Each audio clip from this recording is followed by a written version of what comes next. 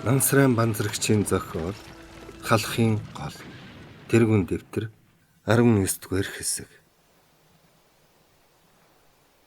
Дорж нуувчны хамгийн хойд мөхөд туглан суугаад хандынхаа захиаг сонирхон уншлаа. Түүнд өнөөдөр захиа ирснийг мэдсэн бадам нь үзэх гээд тоглоом шоглоомоор амар заяа үзүүлээгүй тул түүнээс нуугдасхийн инхүү уншиж байгаа ажээ. Чамаас ирсэн захиаг авсан өдрөөл хариу бичсэн.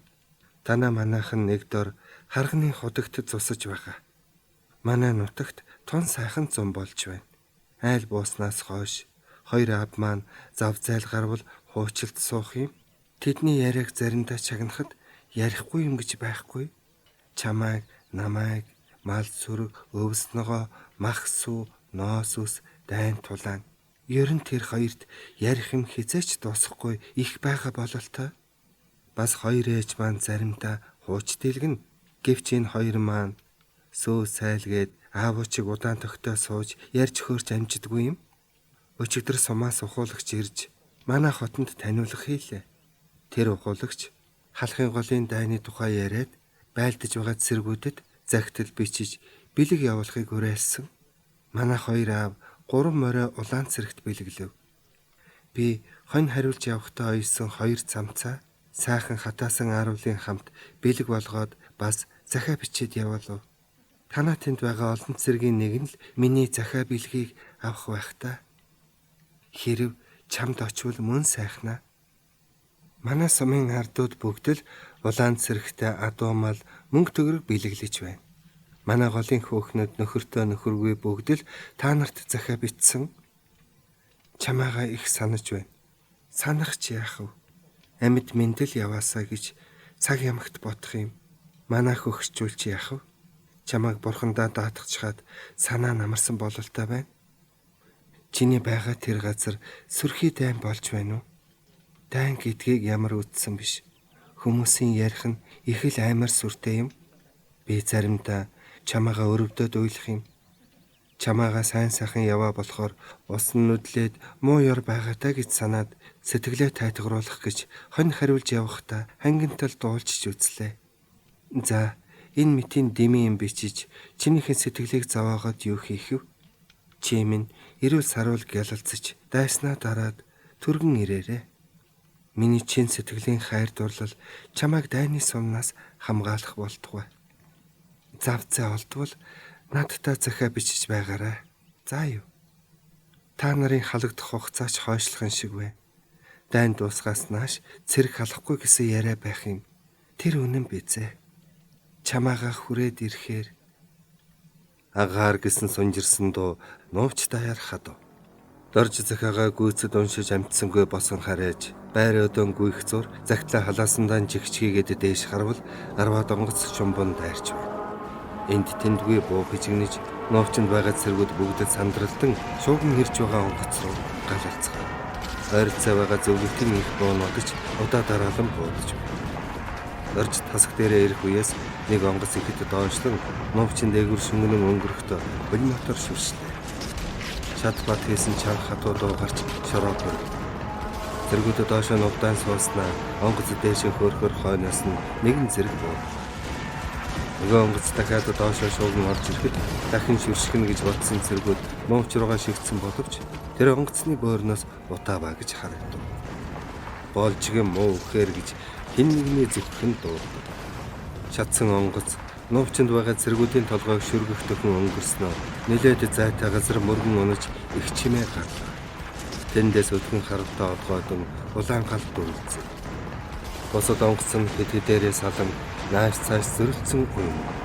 Тэгснэ хоёр онгоц гинэт доошлон орж ирээд хоригдсан цэргүүдийг толгой өндөлгөлгүй шүршээд зайлав. Элэ хэдэд өнцг онгоцны хавцаа байн харавтаа манс. Бас нэг онгоцноос гадгарч зүүн тийшээ харамсан сум шиг шуугна. Оохай мөндө уудаад байгаарэ гэж хашгирах нь бадмын дуу мөн болохыг дорд сонсоод ойртож ирсэн онгоцоод хэд бод. Онгоцноо доошлон дайраад ирэхээр нь цэргүүд доош болж дээш хөөрхөөр нь нижигнүүлэн бод. Японы хоёр онгоц нь инхүү шатсан үлдсэн 11 онгоц нь өшрөн хорссон бололтой нууч руу дахин их бооны нүргэлсэн чимээ Хүнд хөнгөн полимод винтомны тачигнах онгоцны сүрт дуутай холилдон чих түчрүүлнэ гэж. Нууцны хавь газар утаашраа босож юмд сайн харагдах янзгүй боллоо. Дорж нэг харвал өнөө онгоцнууд сумаа дууссан бололтой нэлээд дээшээ хөрч хошуун зүүн тийшээ эргэжээ. Тэгтэл тэдний хойноос мөн арбаатад аригч онгоц хөөж явах харагдаг.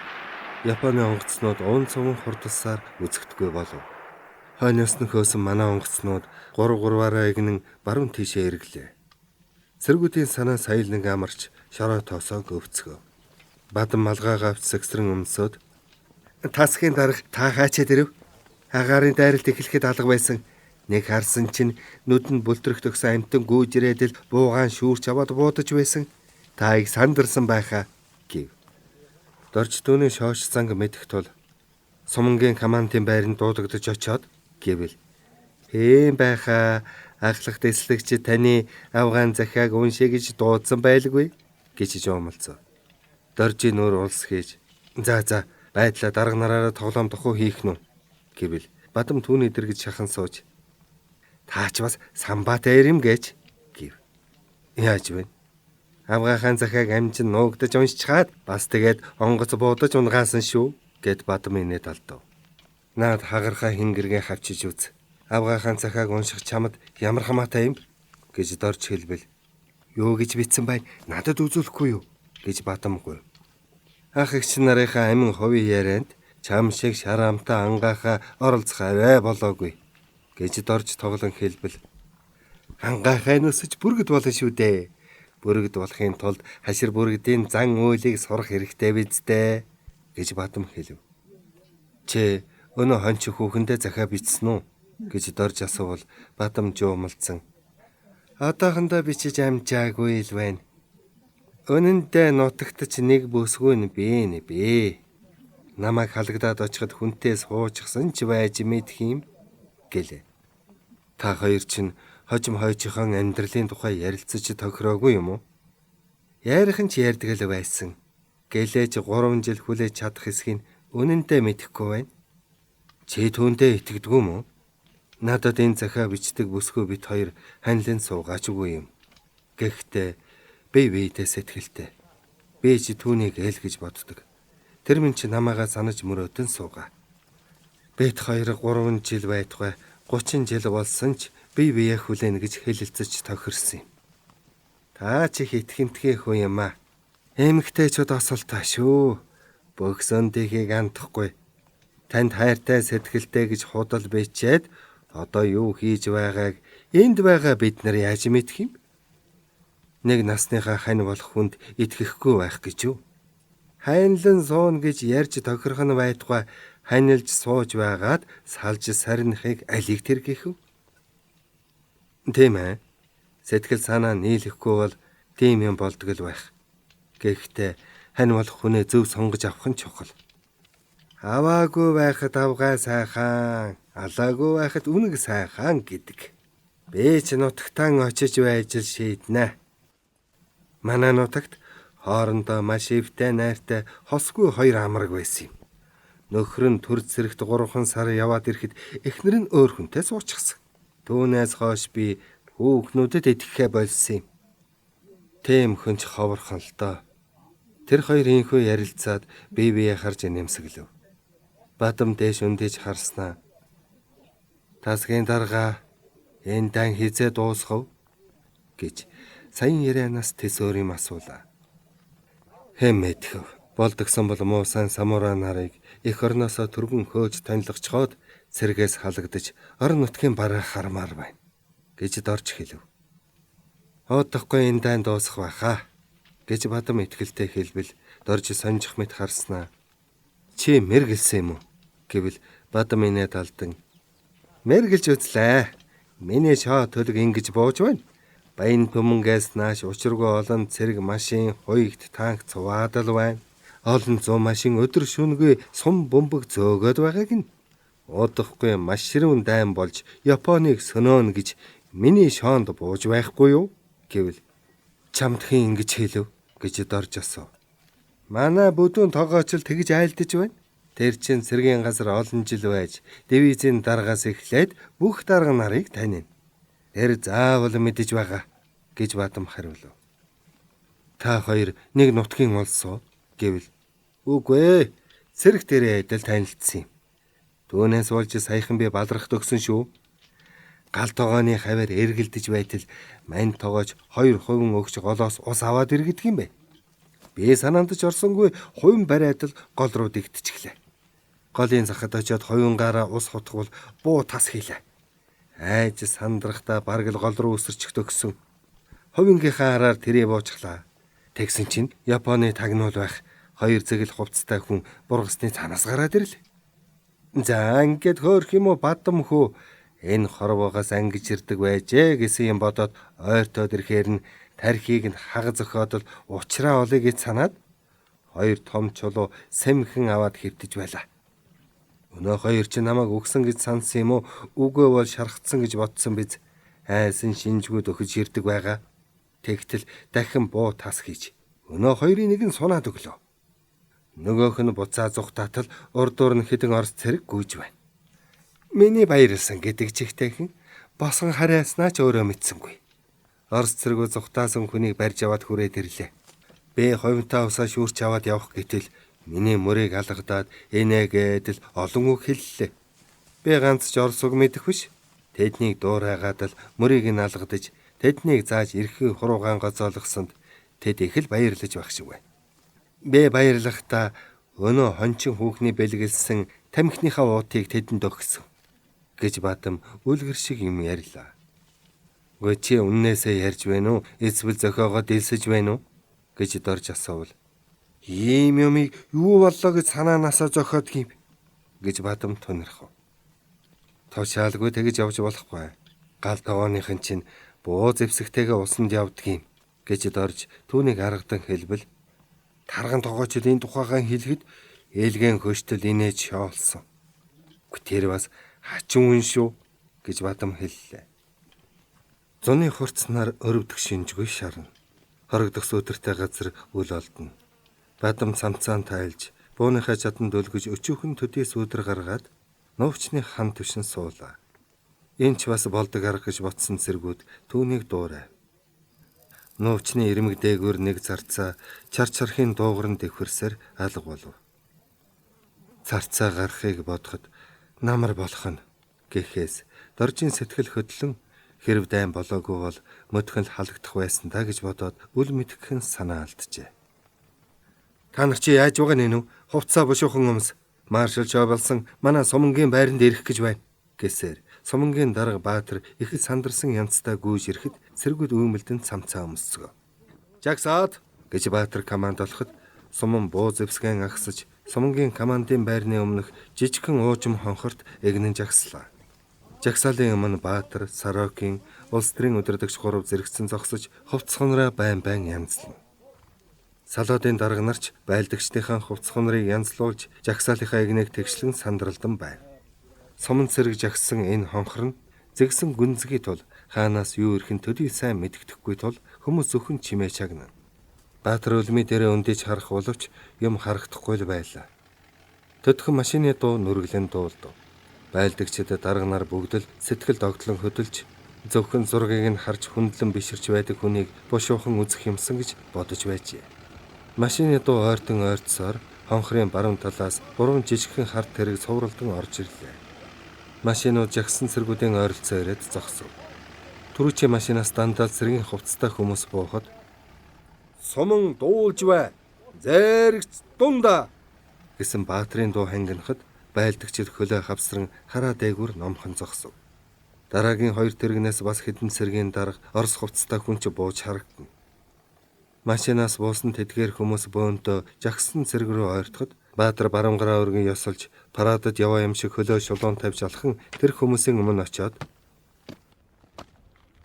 "Улсын маршал танаа дугаар сумангийнхан хориглолтонд байна" гэж хэлтэхэд тэдгээр хүмүүсийн төрөнд явсан нилээд лагс зузаан биетэй тийм ч өндөр бус бор царайтай шар алга хэмжээртэй маршалын хувцастай хүнийг хүн бүрл нүд завчилгүй ширтэнэ.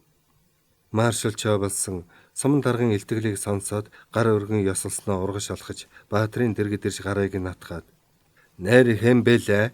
гэхэд "Аглах дэслэгч Баатар" гэж цовоо дуугаар хариулаад харвал маршал хөмсгөө зангидан өөдөөс нь сүрхийг харахаар Баатарын зүрх түгтүг цохилон дальдрав. Баатар цэрэгт ирсэн тэр нэгэн өдрөөс хойш энэ хүний зургийг бишгүүдээ үзэж ихэд хүндлэн ямар сайхан уужин магнаатай, зөөлхөн харцтай, ухаалаг нүдтэй хүн бэ гэж боддог байсан бөгөөд одоо нүүр тулан уулзаад хальтхан харахад зургт байдаг тэр содон сайхан шинж нь яг л хэвээрээ байсан боловч гагцхүү хөмсгөө зангидын ширвхэн харсан л айдас төрүүлж байлаа.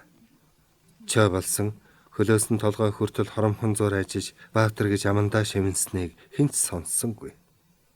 Баатар түүний ам хөдлөн нэрийг нь дуулдахтай өгөөтэй шивнэхийг сонсоод дотор нь барс хийж "Миний загтлыг лав авсан байх нь.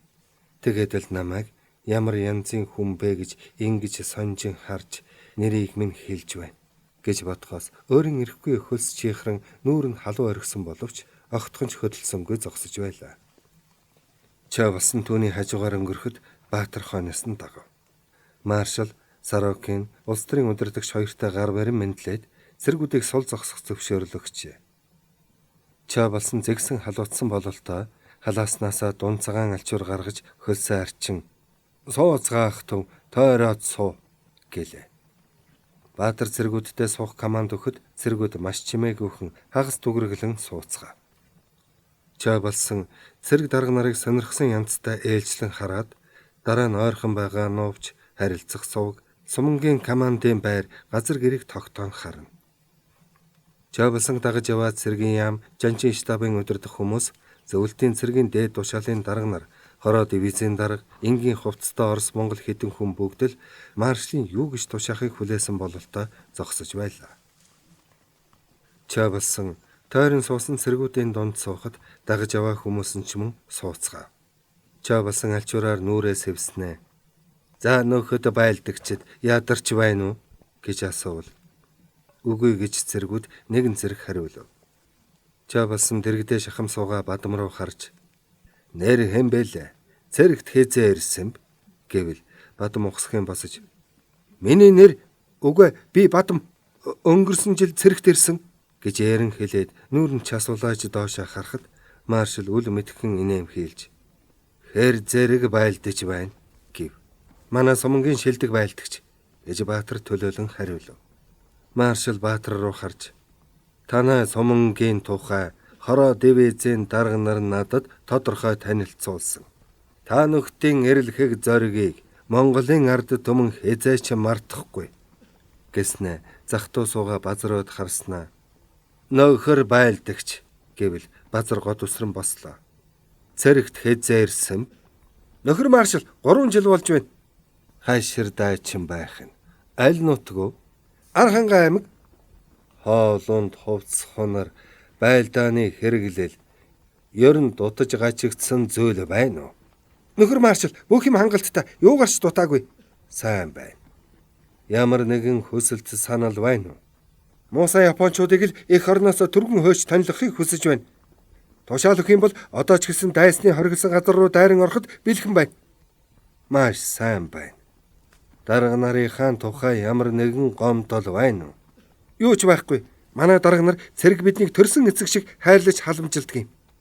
Маршлын нүүрэнд ялдамхан инээмсэглэл тодорч базрыг ихэд цаашаасан байртай хараад "Суу" гэж гараараа дохлоо. Базар маршлын нүүрөөд нүд салгалгүй ширтэн харсаар шалвхан суухтаа "Маршал, энэ олон цэрэг дотроос намайг л онцлон үзэж ярилцлаа шүү дээ. Би ямар азтай хүн. Намайг цаваа сэргэлэн эргэж лав цаашааж байгаа бах. Айгүйдвэл одонгоор шагнаж магадгүй. Аз болоход хэр зэрэг байлдаж байна гэж асуусангүй. Тэгэж асуусан бол ч нүүр халаах байсан шүү. Маршалтай инхүү ярилцсан минь насан туршид мартагдахгүй.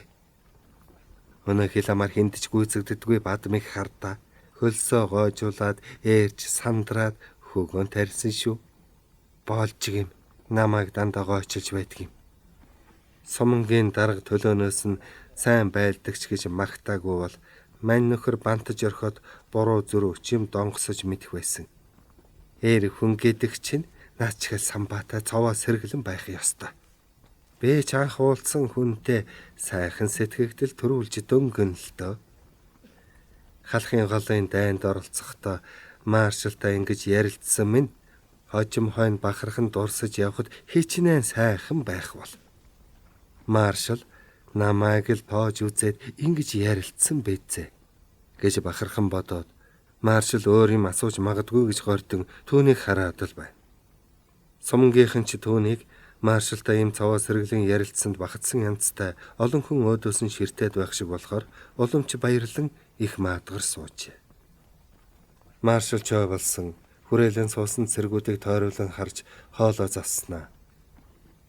Байлдагч та бүхэн саяын цэрэг шиг Японы эзэрхэг түрэмгий цэргийг эх орноос өтөр түргэн хөөн зайлуулахыг хүсэж байгааг би сайн мэдэж байна. Та бүхэн нэгэн зориг, нэгэн хүсэл бодолтой байгаад баярлаж байна. Японы эзэрхэг түрэмгий этгээдүүд манай улсын дархан хэл хязгаарт цөмрөн орж ирээд олон хоног цус хасгаруулсан дайныг үргэлжлүүлж байна.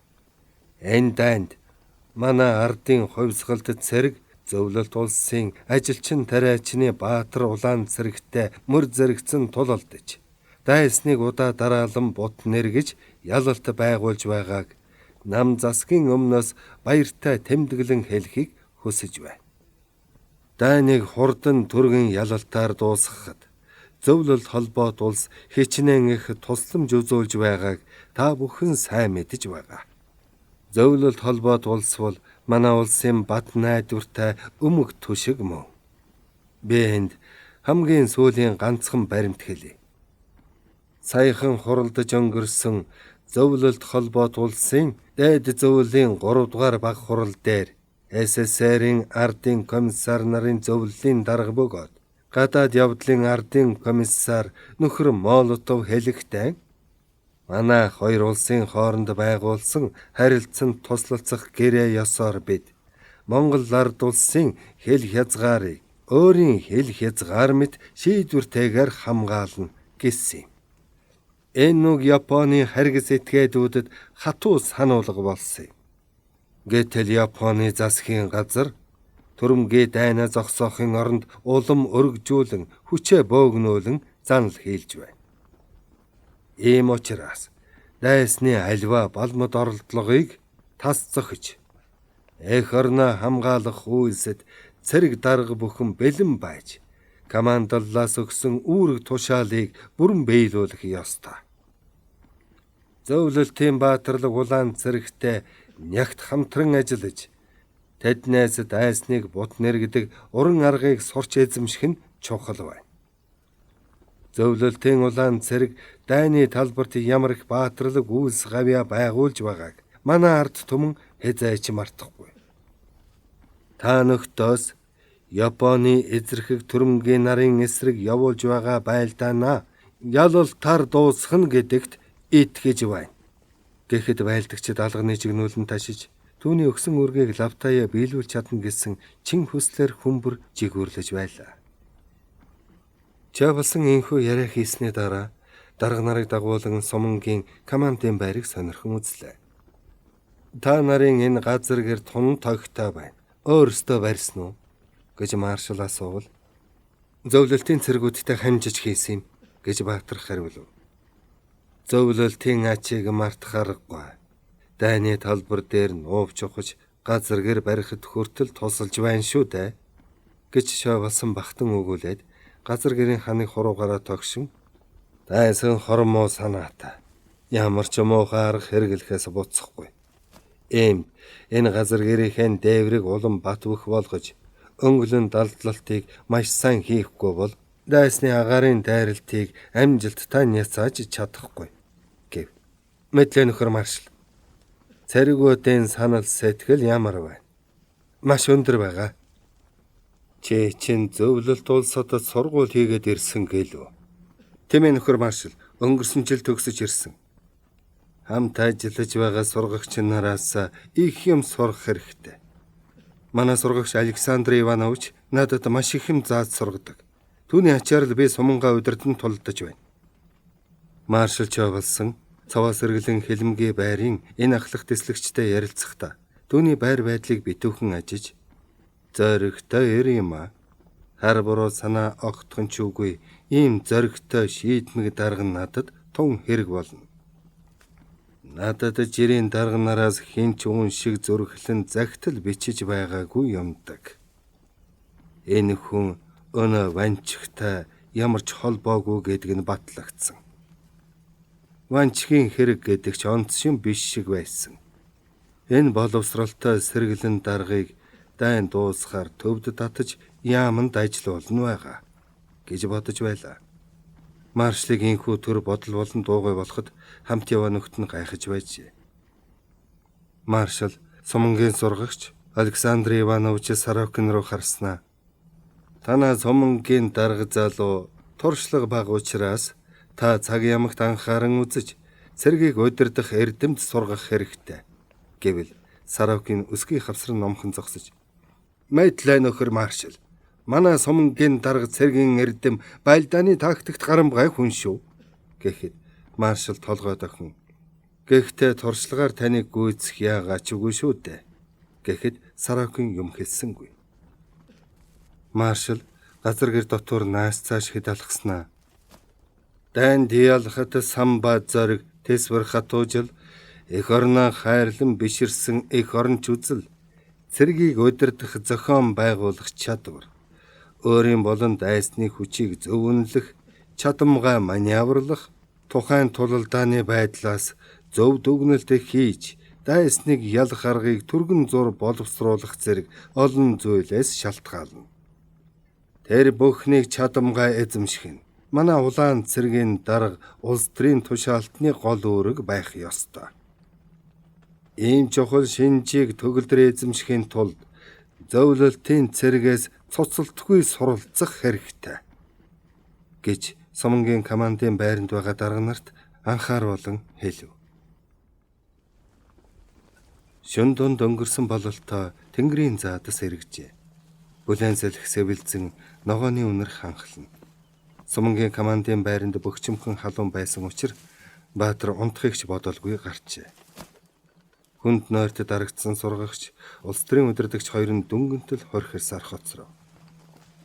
Командын байрны хажуудах гүнзгий новчинд байгаа цэргүүд бүгд л унтаж байгаа бололтой нам гүмажээ.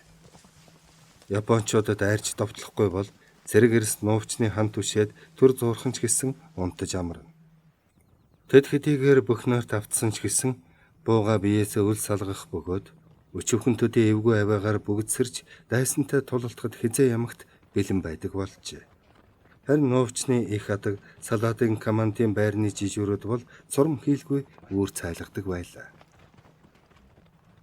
Ойрын 2-3 өдөр шөнийн байлдаан болоогүй тул байлдагч довоо нойр авч байгаа юм.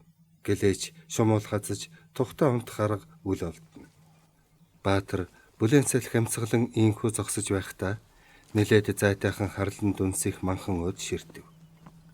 Тэр манханд Япон цэрэг мөн л хориглолттой үүргэлэн унтаж байгаа бизээ. Японыхан заримдаа манайхныг өдөж, өдөрч тэр шөнч тэр хаяа их буугаар буудаж, хэд гурваараа хориглолт руу цөмөрн орж ирээд буудалцах нь ерөөл тасарна. Фронтын бүх шугамын дагуу цэргийн хилээр ямар ч өөрчлөлтгүй намгүн байгаа бөгөөд хаяа орон нутгийн чанартай мөргөлдөөн л болсоор байжээ. Баатар гараараа халахлан байж тамхиан асааш татав. Энэ хориглолт хизээ дуусах юм бол энэ чигээрээ хориглоод өвлжин гэсэн яриа гарч байна. Ард талаас түлээ түш дулаан хувцас хоол хүнс татаж байна гэж сонсогдох боллоо. Үнэхээр эндээ өвлжих юм байна. Эх орны минь газар шороог эзэгнэн суусан япончуудыг салам цохиж хөөж гаргах юмсан. Хүч дутаад байгаа юм болов? Юу хүлээсэн бол? Хэд хоногийн өмнө маршал уулзаж ярихдаа давших тухай юу ч дурсаагүй шүү дээ. Тэгэхээр мөд давшихгүй шиг байна. Ард талаас цэргийн шин анги нэмэн ирсээр байгаа дуултна. Хүчээл гүйцэд хуралдуулчихад л давших байх. Жоков Жанжин олон жил цэргийн том нэгтгэл анги командолж байсан асар их дуршлагтай хүн гэсэн. Хизээ давшихыг тэр хүн л мэдэж байгаа. Энтэй бошоохон дуусаасаа. Цэрмаа минь өдийд юу хийж байгаа бол унтаж амарч байна уу Үгүй бол шархтан эмчлээд эмнэлгийн гэр майхнуудын хооронд гүйж яваа бизээ. Хөөх юм. Би түүнтэй хичнээн их хайртай болохоо одоо л сайн мэдэж байна. Дайн дуусахаар бит хоёр хүүгээ дундаан хөтлөөд тамсгийн төвөр алхаж явна да. Амралтаа авч хүүхэн хүү хоёрхан аваад нутагтаан очиход манай голынхын юу гэх бол халзан сэрэгийн хүү цэргийн том дарга болж байлдаанд явж одон тэмдэг ялалцуулаад хот газрын ганган цагаан бас тэгээд доовтор хүүхэн дагуулад ирлээ гэдэл шууганда. Нутгийнхаа танилтал ах トゥ нараараа хідэн өдөр хэсэж хөрөн толгойнаар цаохор модны хаваар явж Цэрмата чацарган түүж өгнө. Цэрмаа маань угаасаа хотын хүн болохоор хөдөөгийн малчин айлын амьдрал ах үе их сонин санагдах байх та. Аав ээж хоёр минь аж хөө бэр хоёртоо амиа тавьж ганц нарн гарна. Дорж ханд хоёрын хуримд заавал очино. Хөлтэйхэн хурим болно үзээ. Алсхан хөнгөн пулемотын богино ээлжээр галлах нь түүний сайхан бодлыг тасалчихлаа. Баатар тамхи газар хаяж гიშгэж унтраагаад чимээ чагнавал баран ургас чихтэй хөнгөн пулемот үй тасалтан тачигнснаа чимээгүй болчихов. Тайван сайхан унтаж байсан цэргүүд буун дуунаар аль хэдийн сэрсэн бололтой новчин дотроос хүний толгой шоволзон шивэр авир хийх нь дуулдлаа. Газар гэрээс хүний бараан дүрс өмөлзөн гарч ирсэн нь мөд сэрх янзгүй унтаж байсан хизээний сэргийг сургагч нь байлаа. Сарокин Баатрын дэргэд хурч ирээд хаана бууталцаж байна. Унтаж амрахгүй юу хийж явна гэж шивгэнэв. Баруун өмнө зөвгөл хэсэг буудалцлаа. Нойрч хөрөхгүй байна гэж Баатар хариултал сумгийн толгойн сэргэлэхэд байгаа нууц манааны тэнд буудалцах нь тодхон сонсдлоо. За эхлэхэн гэж Сарокин гэрэлт сумаар буудлаа. Гэрэлт сум тас гарах дургуйд урт цагаан зам татуулан цойлов. Новчинд байгаа цэргүүд бүгд буугаа шүрэн авч дайсны хоригдсон зүгрөө сэрэмжлэн харвал гэрэлт сумны хоромхон зуурын гэрэлд хэдэн бараан дүрс бүртэл зайд алгуулчихв. Тэр хоёр бие биенээсэн өрсөх мэт дараалан гэрэлт сумаар буутахад орчны газар өдөр мэт сарвалхан болж толгойн сэргэлхэн ойролцоо байсан 2 дугаар салааныхан нийтийн гал нээжээ. Би 2 дугаар салаа руу явлаа гэж Сарокин яран хэлчихэд харанхуй дундуур гүйгээд алга болчихов. 2 дугаар салааны хоригдсон нуувчин тэнд буундуу гарсаар л бай. Баатар дахин нэг гэрэлт сумаар буутахад ойр хавьд дайрч байгаа дайсан ч харагдсангүй. Улс төрийн удирдагчийн сөнгөцсөн дуугаар уцаар ярьж байгаа нь газар гэрээс бүтгэн сонсогдно. Газар гэрт 2-3 лаасаасна нь үүдний нөмөрсөн бэржэнхний завсраар зурваслан харагдана. Улс төрийн удирдагч нь зай завл гарвал цэргүүддээ яриа таниулах хийдэг бөгөөд өчигдөр жин үдийн халуунд цаг шахам ярьж ихэд халуутсан хүйтэн ус уусанд хоолойны инхөөс хойсон ажээ. 2 дугаар салаа байрлсан газар хэсэг буудалцаж байгаа чимээгүй болохоор нь Баатар газар гэрт орвол улс төрийн удирдагч Баатарууд хяламхын харснаа. Аглах тэслэгчд удсаа өглөө гэд харилцаороо сарвааж.